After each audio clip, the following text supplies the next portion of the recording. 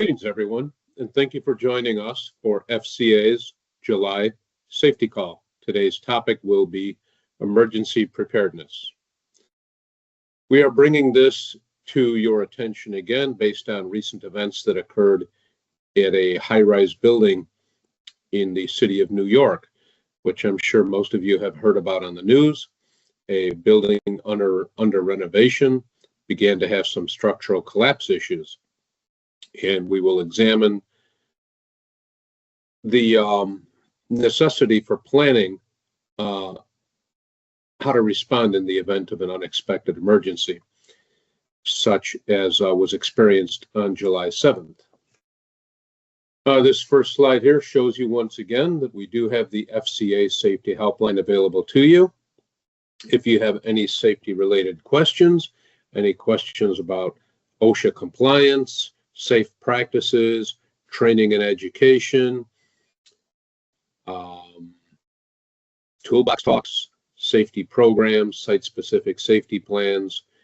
We are available to help you at Safety Helpline at finishingcontractors.org, as well as the phone number 844-414-SAFE. Your questions will be answered and kept private, will be answered by a safety professional. This slide will appear again at the end of the presentation, so you don't have to worry about scribbling down the information really fast.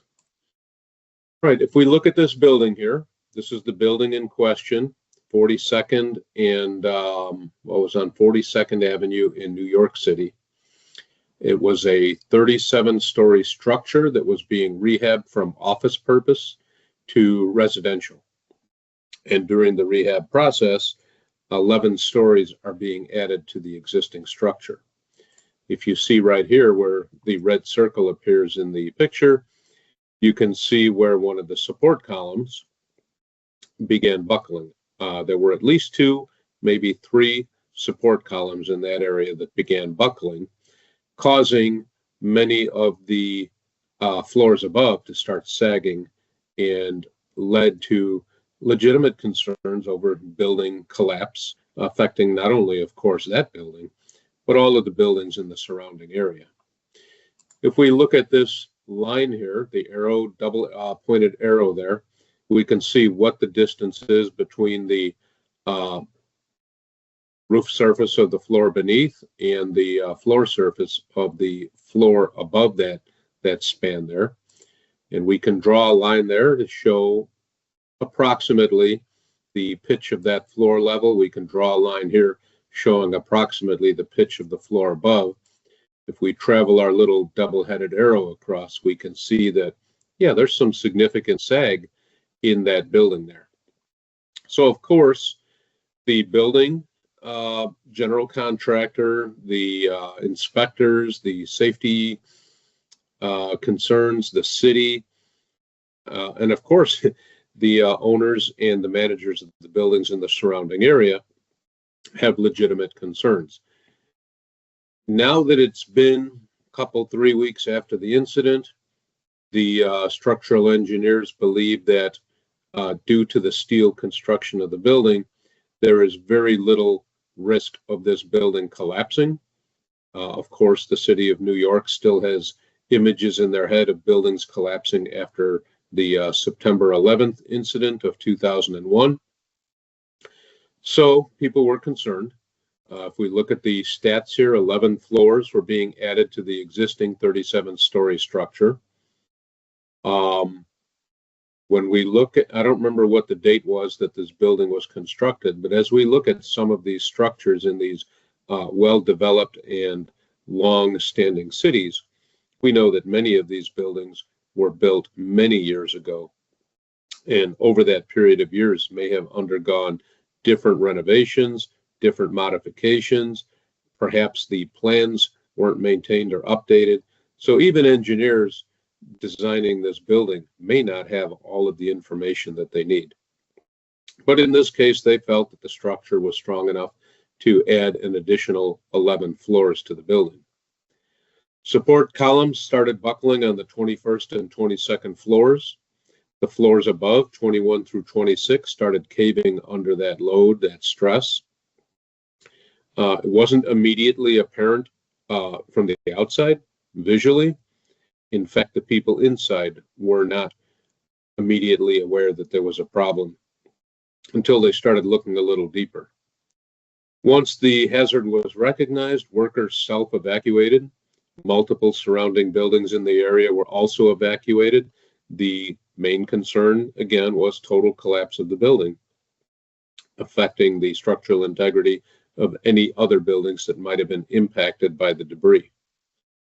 At least 4 buildings remained under evacuation orders into the next day, and it affected thousands of people from 1st to 3rd Avenues between 40th and 45th Streets. So if we look at a map area of the city, we can see approximately 10 city blocks were affected as a result of this incident. The star, of course, indicates where the building in question is located. When we consider the workers having self-evacuated, we have to consider, what did that look like? What did it mean? And that's the purpose of this safety call today. Remember, in the past, we have talked about planning for those emergencies. What are you going to do in the event that there is an incident? And having something written down on paper, that's a good start. It's a foundation. But if we don't practice that plan, if we don't consider any contingencies, learn from our mistakes, adapt that plan for future use, we may find ourselves caught in a trick bag. So if we start looking at the timeline of events, a worker discovered some anomalies at the beginning of the shift. As I recall, he was a sprinkler system installer, and he was planning to do work on the 22nd floor, and he noticed cracks in the 22nd floor. And his first thought was that it wasn't anything serious, but he went down to meet up with the general contractors and other workers for planning on the 21st floor, and they noticed the buckling columns. We start asking questions. How many workers, when confronted with something unexpected like cracking floors, where you wouldn't expect cracking floors, how many would have raised an alarm, or at least brought it to the attention of supervisors, general contractors? Or how many would have looked at that as, all right, it doesn't look right, but I don't see any serious hazard, and then went on about their activities? The implication from the news reports that I've read was that nobody really recognized there was a problem until they actually got down to the 21st floor for a meeting and discovered those buckled beams. So now the question becomes, how long was the building in that condition? Was it just overnight? Or was it, 2 days, 3 days prior? So, that's more a matter of inspection concern than it is how are we going to respond concern. But when we look at that column there and we look at the other one that we saw, we can see that there's some significant deformation of those columns. There's not much more time left for those columns before there would have been collapse on those columns. The verticals you see there, those are shores and box beams that have been put in to support that horizontal structural member there to prevent further collapse.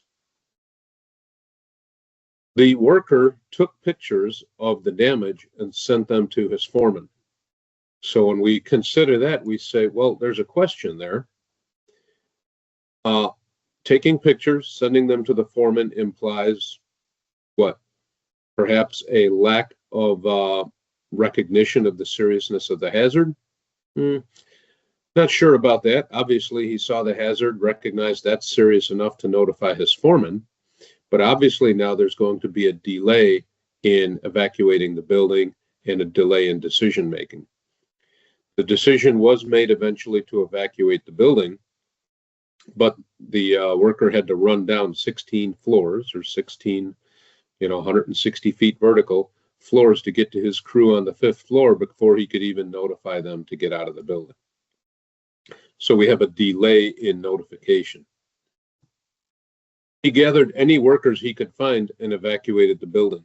No injuries were reported. All workers were safely evacuated eventually. But we have to start thinking about communication. Do we have an effective means of notification of an emergency? Do we have a system for accountability to ensure that not just any workers he could find, but that all of the workers in his crew or that he is responsible for have evacuated the building and are accounted for? We have another incident. Bob Weaver of FCA brought this up to me in the past. He was working on a site. It was a 50-story building. It was winter. The building was being heated with propane heaters. There were over 350 100-pound propane cylinders on site. About 100 of them were in use at the time. Approximately 25 per floor in the area in which they were working, and the work being done was drywall finishing. One of the propane heaters, the hose from the cylinder to the heater, had a crack in it. It leaked, and the escaping gas caught fire and spread to the tank. Workers on that 25th floor were exposed to heat from the hot gases in the air, hot smoke. They received burns, hot air in the lungs, were of course significantly affected, health, well-being, respiratory damage. It took 29 fire trucks, approximately 100 firefighters to put out the fire. It took about an hour for them to get the fire under control. By the time the fire was out, extensive damage had been done to the building. Holes were burned through the concrete floor on which the fire occurred, also the ceiling above the fire, and the propane cylinders being exposed to fire were also at risk of explosion. Propane cylinders, as the contents heat up, the pressure inside the cylinders expands eventually to the point that pressure relief devices and even the cylinder itself can no longer contain the pressurized gas inside. When those cylinders let go, they let go with very explosive detonative force that could have resulted in significantly more damage to the building and injury to the occupants. As we look at these points here, a couple of questions come to mind. Workers on the 25th floor were exposed to heat, burns, hot air in the lungs, and bad gases.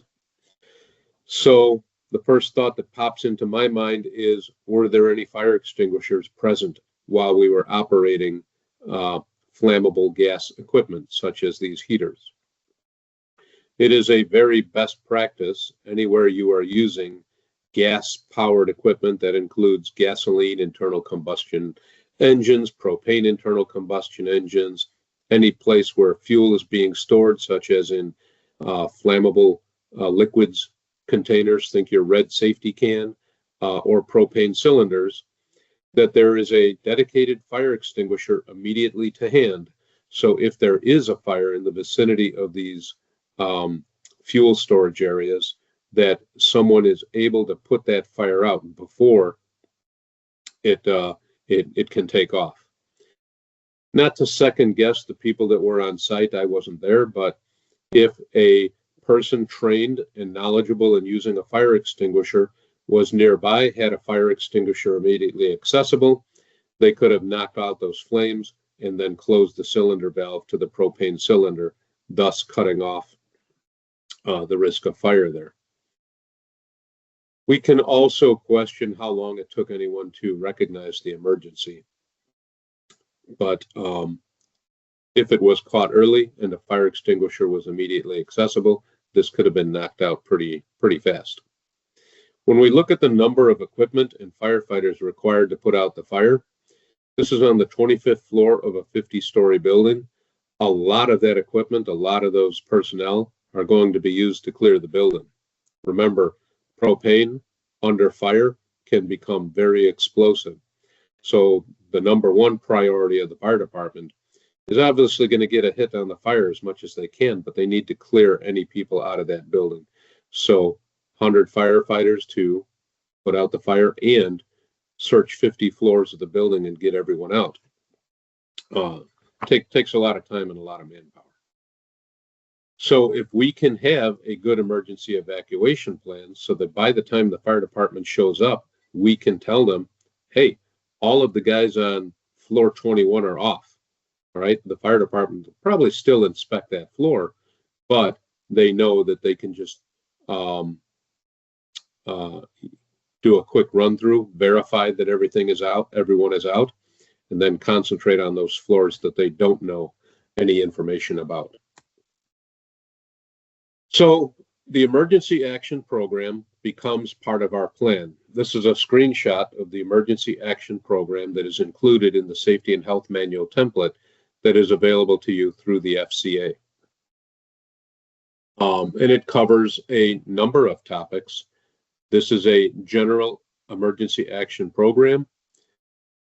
Further details must be fleshed out in your site-specific safety plan.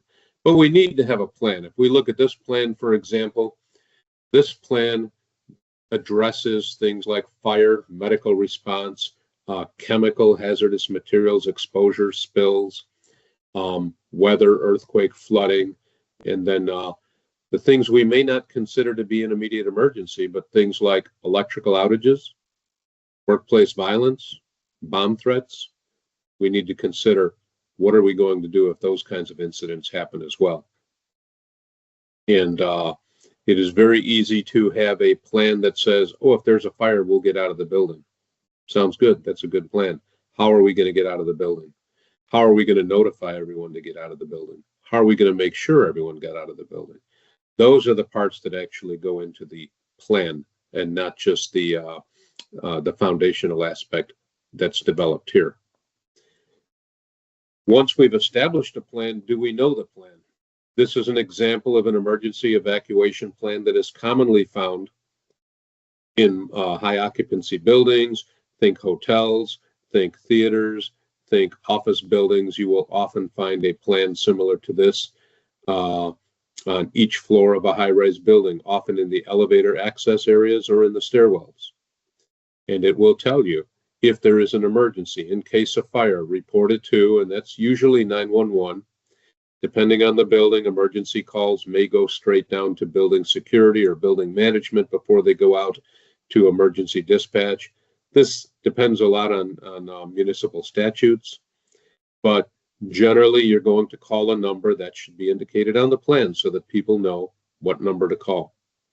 Then it directs you to evacuate to emergency exits immediately and don't use elevators. If there's a fire alarm system in the building, when the fire alarm system gets activated, usually those elevators are programmed to stop running and go immediately down to the ground floor to allow anyone who's in the elevator cars to exit the building. Those elevators will not be usable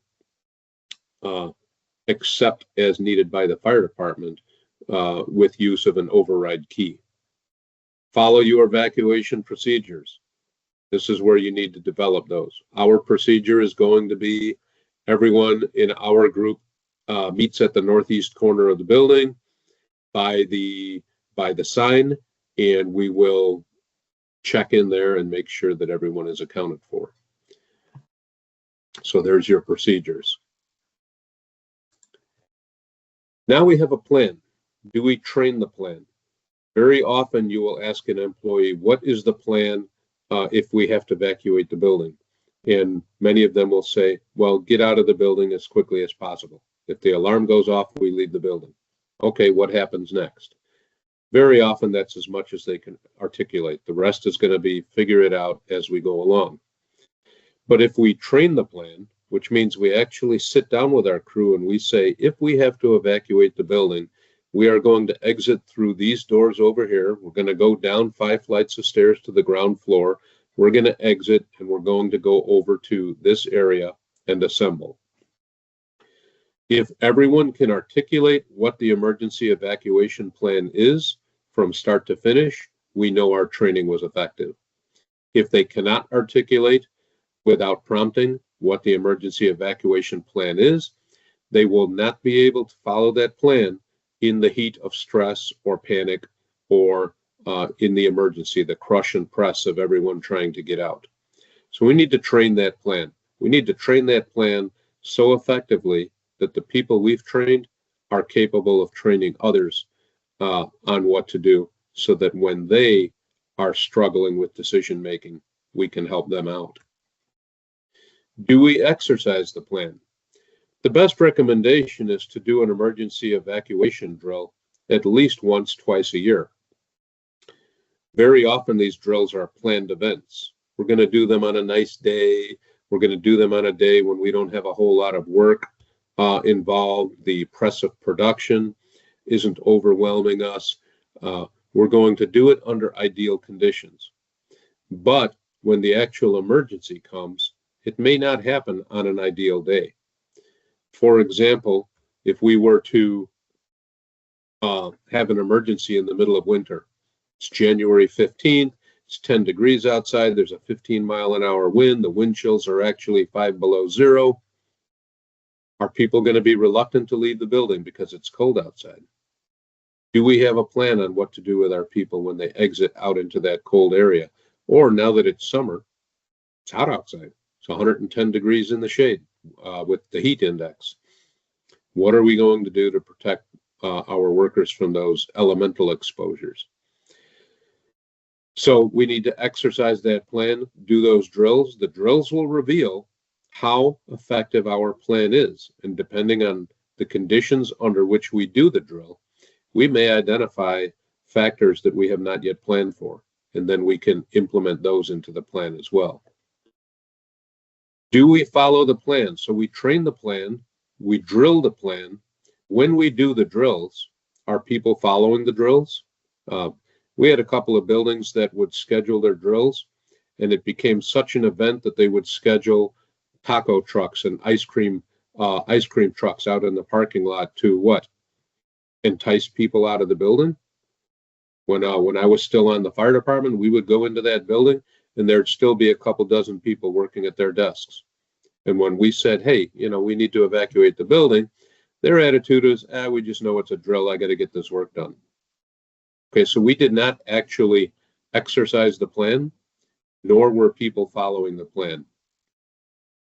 Many people will not evacuate until they start seeing and smelling smoke or smelling bad air in the event of a hazardous materials release. Often by that time, the exits might be cut off and it's too late to leave, or too late to follow the plan to leave. After we've done our training and we've done our drills and we've evaluated whether or not people follow the plan, do we evaluate the plan? Do we try and shoot holes through that plan and see if it's bulletproof? If we evacuate a building and then we walk the building to make sure everyone's out and we find 25 people are still inside working, well, we need to evaluate that plan. What are we going to do in the event people do not leave the building? And the plan will need to be revised and modified to correct those oversights. And then revising the plan. Revising the plan also implies evaluation of the plan.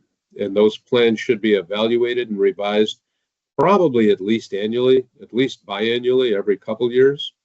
We want to make sure that our plan withstands the test of time. Conditions, actions, even equipment may have changed over the years, and that may affect our ability to actually execute the plan.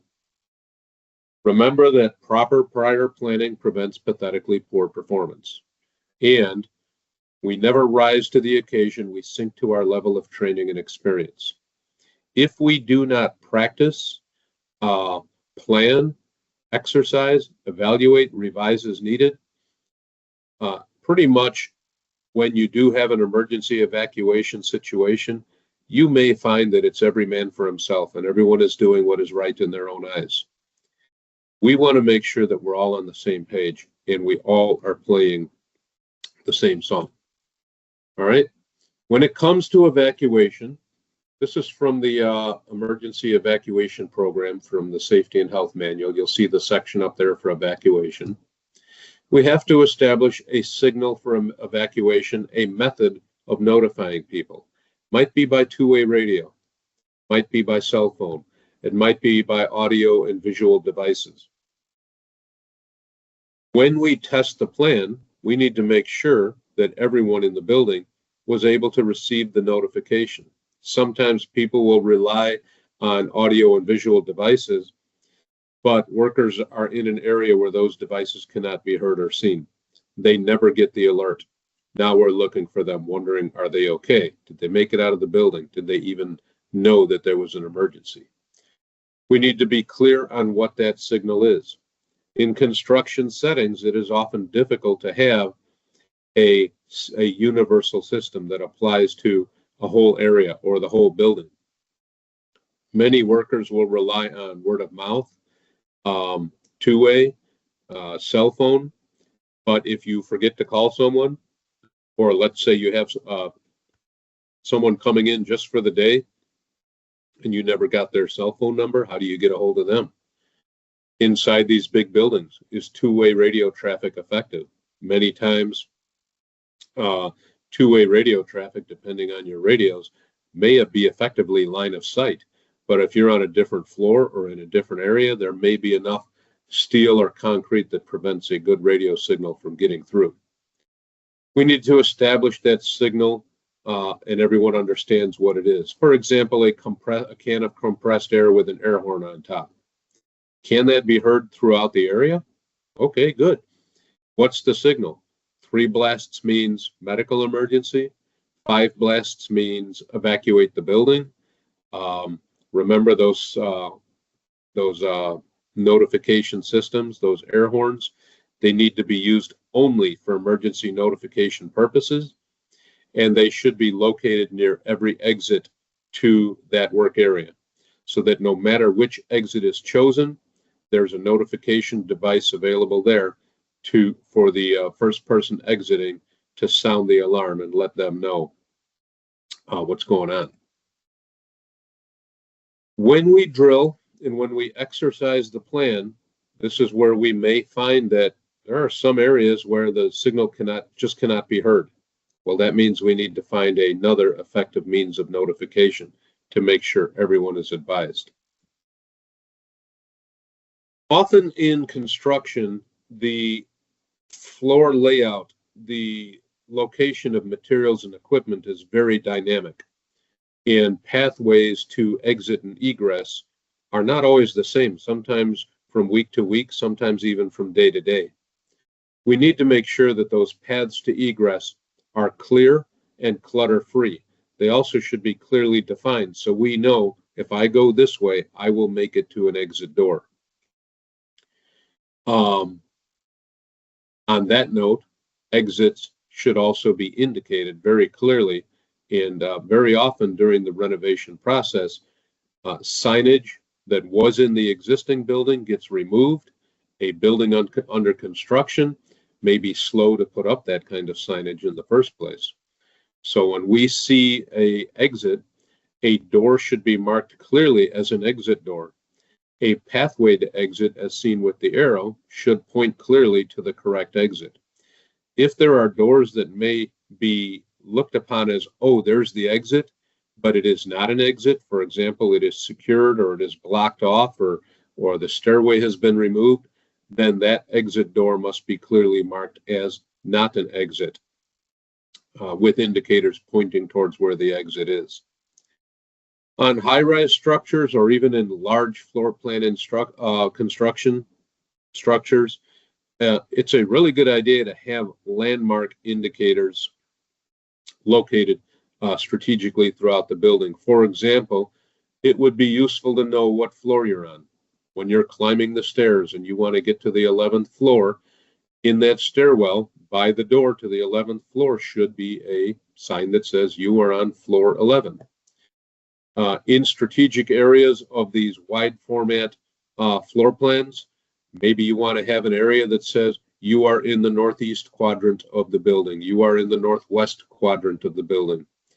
If someone has to call emergency for rescue because they can't get out, at least they can look at those signs and indicate, I am on the 21st floor in the northwest quadrant.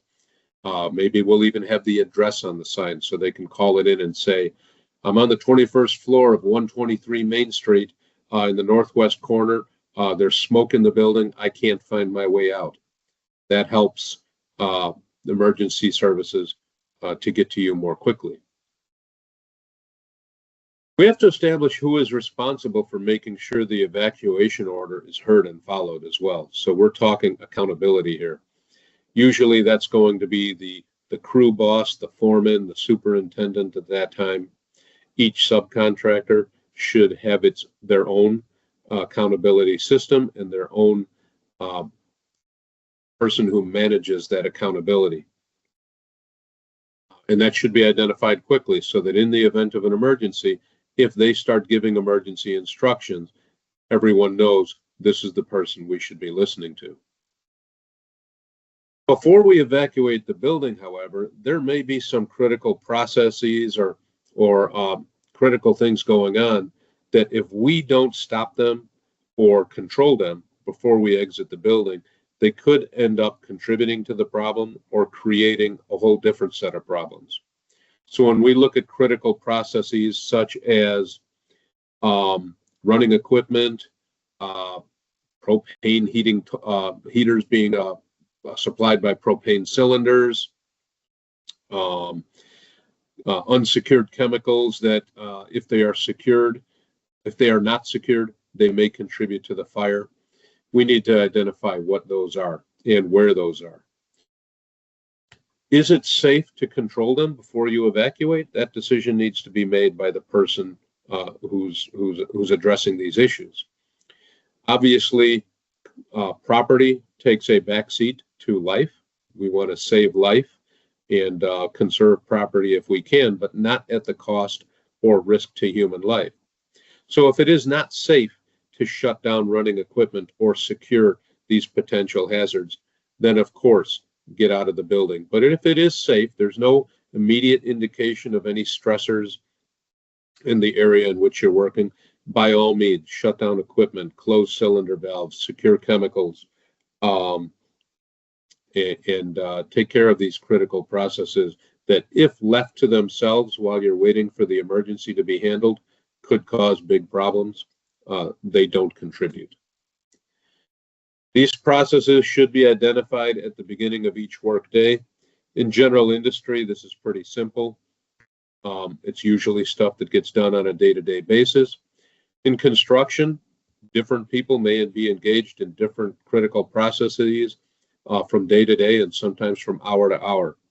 We need to know, hey, this kind of activity is dangerous and could contribute to an emergency, and we need to be ready to handle it if there is one. These kinds of things should be part of your site-specific safety plan. This screenshot cover sheet of the site-specific safety plan template that is available through FCA. Remember, site-specific means specific to the site, and the details in this plan should be specific to, for example, 123 Main Street, Anytown, USA. The project in there might be evacuation routes from the building, muster and assembly points from the building, depending on environmental status at the time. You start a project in the middle of spring and now you're running into winter, your assembly point might need to change.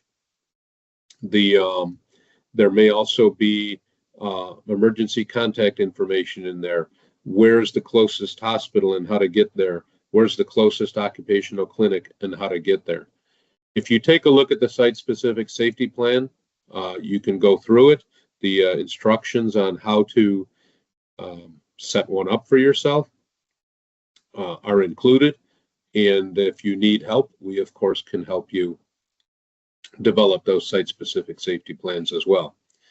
Very often a site-specific safety plan is generated only because the general contractor wants one and it was a requirement in the bidding process.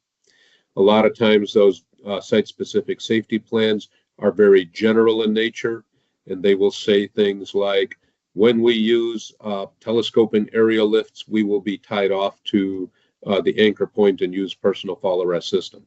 Okay, that applies pretty much to every use of a aerial lift. More specific might be, when we are working in this area of the property, we are going to avoid the covered holes in the floor due to chases. And we're going to, it's going to be more detailed than just your general, we're going to maintain 3 points of contact when we climb ladders. We're going to wear our PPE. Site-specific means what are you going to do about the hazards that are specific to this site? Some examples of the critical operations and procedures include running equipment that may contribute to the emergency, dead loads, areas where there may be the ability of fire to transfer from floor to floor or area to area, storage of flammables and compressed gases, and any factors that may make evacuation and emergency response more difficult. This is especially important when working in areas that are engaged in structural changes. For example, we're cutting holes in the floor to install an elevator shaft. The holes don't appear yet on the engineering plans. The fire department doesn't know about them. So they may walk onto a floor or enter a floor expecting certain structural conditions that may no longer be there. So those are the kinds of factors that we need to think about when we're making these plans. Your emergency muster location needs to be identified in your site-specific safety plan. Sometimes the plans are so general that the plan says we will meet by the foreman's truck, but the foreman's truck relocates a half a dozen times throughout the day. In fact, it was just asked to move because a delivery is coming in. So we moved it around the corner out of sight.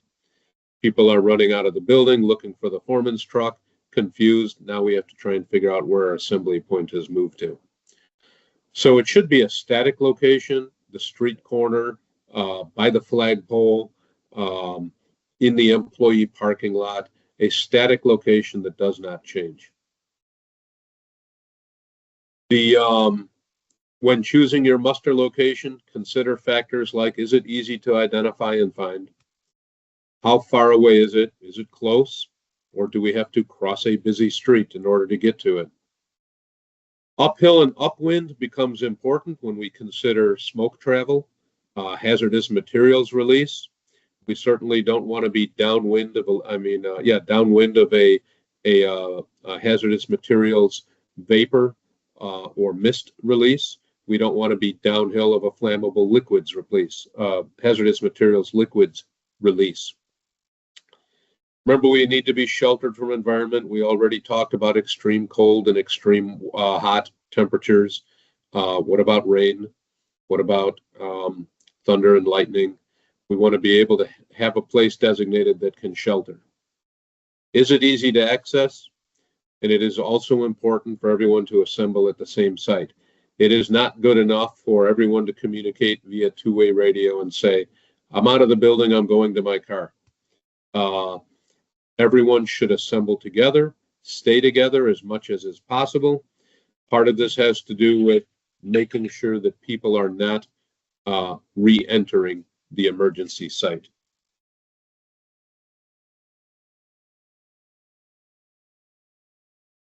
And we continue looking at the emergency evacuation plan there.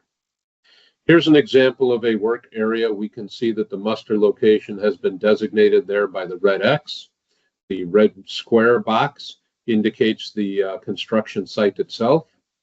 And the instructions below from the site-specific safety plan say, in event of emergency evacuation, all 5-star employees will meet at the muster location at the driveway entrance on the East Ring Road. Okay, that's pretty specific. See photo above.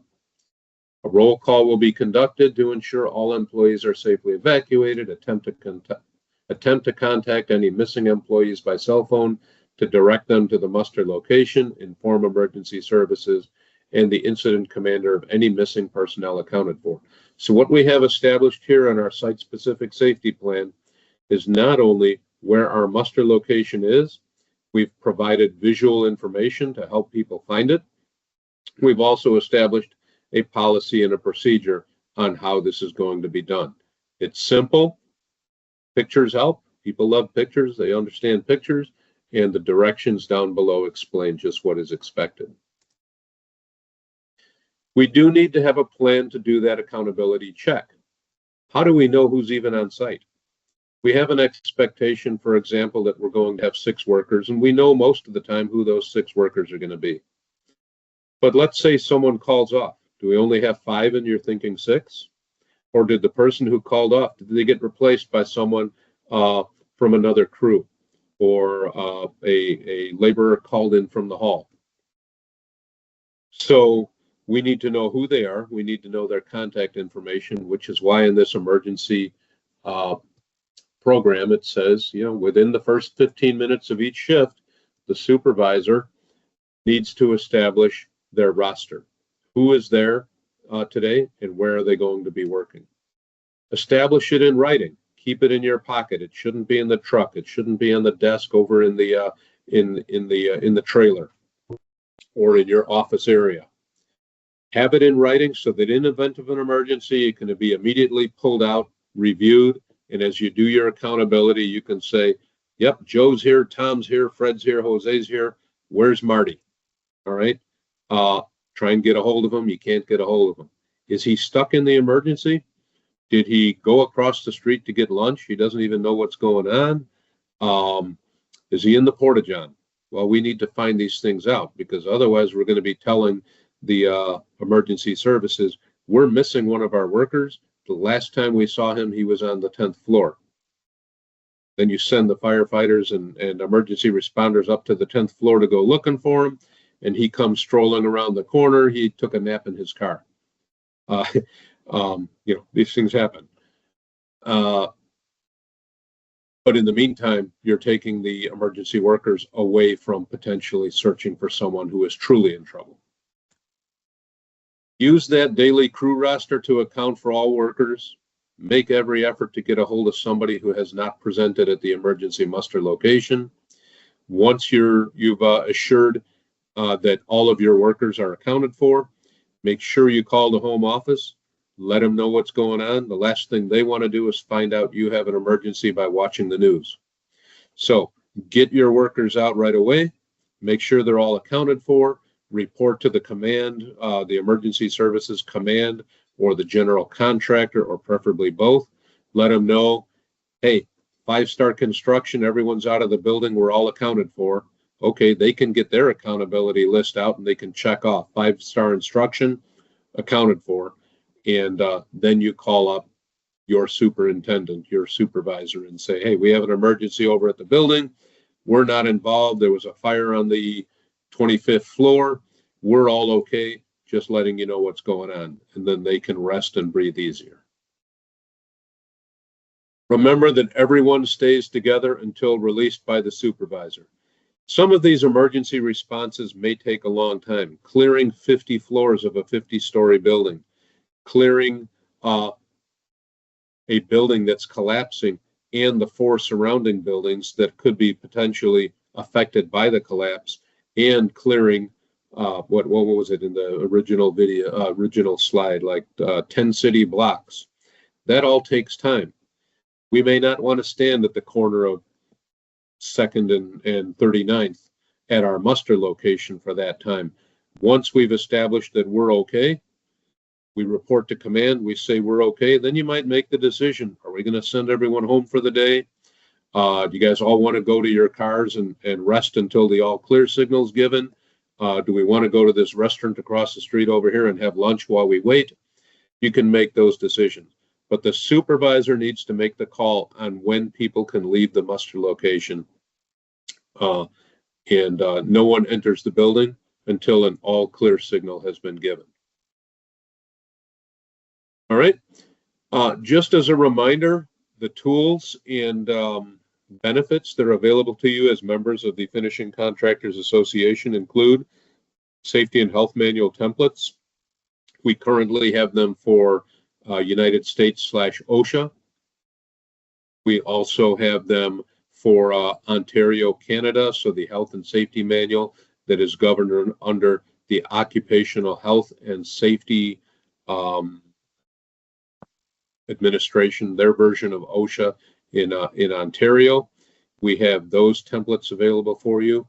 We are working towards hopefully delivering a manual for the state of Washington, but that's still in the discussion phase.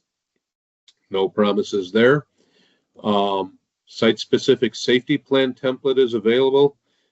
More and more general contractors are going to be looking at these especially number one, to determine your professionalism and your commitment to safety, but also to ensure that they have met their obligations for multiple contractor responsibilities and shared responsibility.